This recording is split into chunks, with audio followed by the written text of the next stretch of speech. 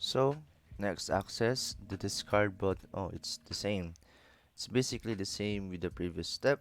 So it says save them in variables named achuchuchu, achuchuchu, and achuchuchu. Okay, declare the constant variable, but first name the first variable discard button.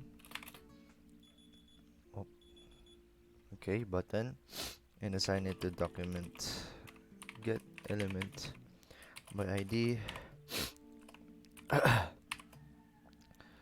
Access the ID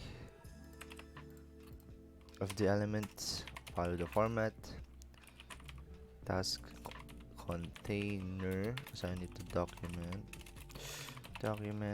get element by ID, and then use this ID. Call out, declare the variable name as title input, assign it to document get element by ID, assign the ID of the element, which is title input, and slap that semicolon, and we're done. What? Task. Oh, there it is. I'm missing an S.